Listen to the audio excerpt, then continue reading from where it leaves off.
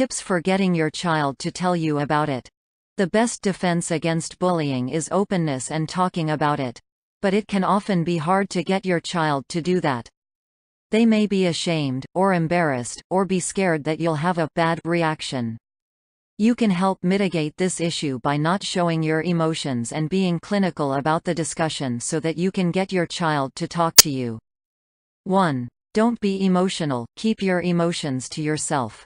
If you get too sad, angry, or emotional when talking to your child about any issue, they're going to back off the discussion. Your emotions are very important to them and can overwhelm the strongest child. Try to show concern without tears, shaky voice, or other problems that can signal to your child that you're distressed. 2. Ask your child open-ended questions. When you ask your child questions about bullying, it's best to ask questions that require more than a yes or no answer. If you don't do that, they'll just say yes or no, and you won't get the information you want and need from them.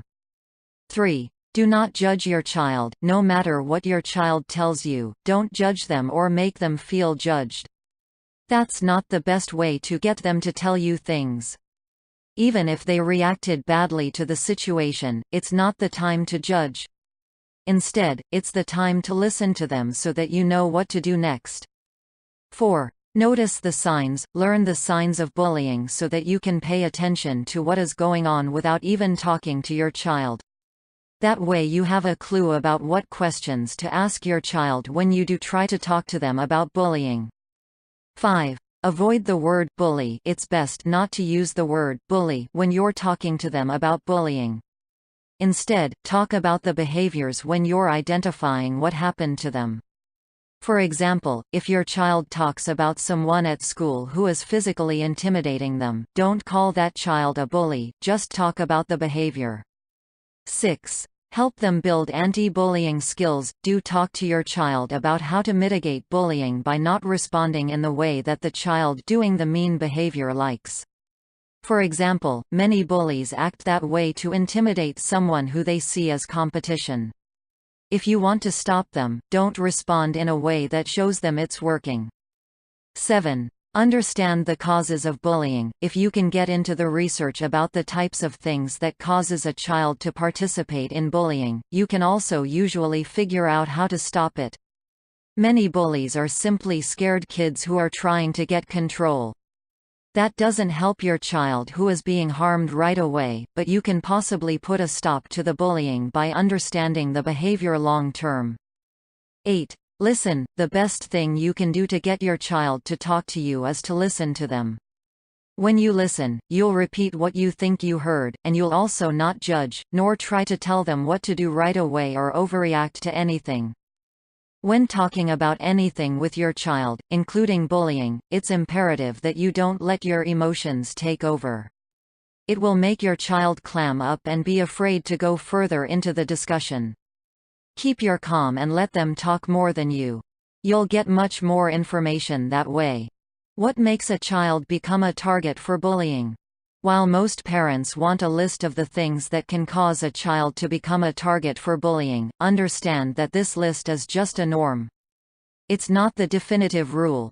Plus, there are always exceptions depending on what type of school it is, what's considered normal in that culture or community, and how the school administration and community deals with issues surrounding bullying.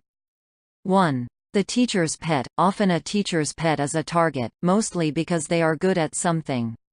Usually, they're super smart kids who want to get as and like getting the teacher's attention and succeed in doing so. The other kids feel as if the pet is being treated better than them and they start trying to put the child in their place. 2. Creative types. Sometimes creative children like to dress differently, act a little differently, and stand out. In schools without anti-bullying training, that child may end up being made fun of due to their clothing or actions that aren't the norm in that community. This type of shamming happens to try to force the child to act like everyone else. 3. Introverted children. Some children don't really want to be friends with a bunch of other kids and prefer to sit alone and are fine with it. However, this can make the child a target because most kids just want to belong, and it makes the other kids feel attacked for their desire to be with others even though nothing like that is happening. 4. Anxious children. Some kids just get super nervous around anyone that talks to them. They are anxious, sometimes they're depressed, sad, or have other conditions that make them stand out in a way that other kids find odd. Then other kids pick on the anxious child to get a reaction out of them. 5. Submissive children. Some people are naturally more submissive than others and don't naturally try to defend themselves. They may be smaller than other kids and scared to death. They may cry. They may make a scene that excites the bully to bully them even more.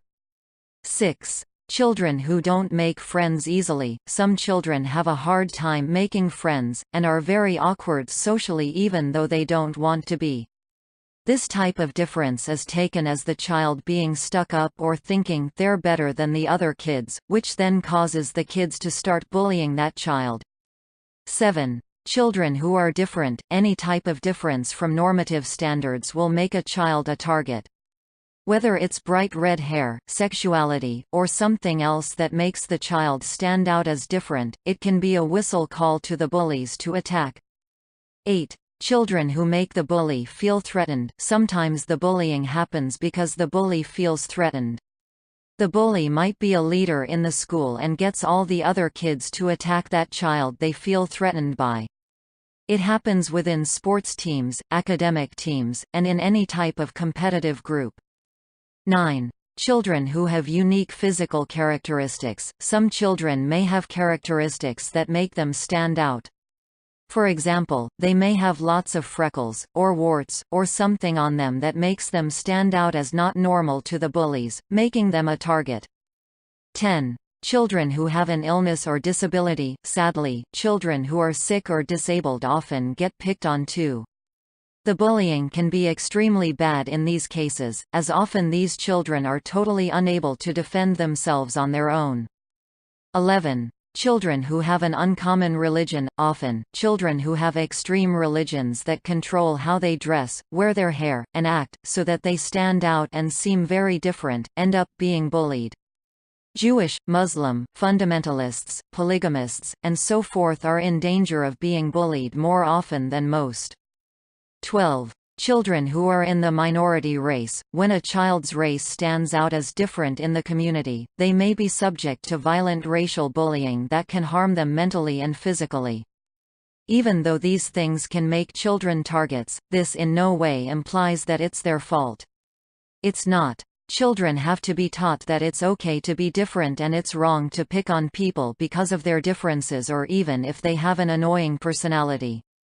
It's never okay to pick on anyone for any reason whatsoever.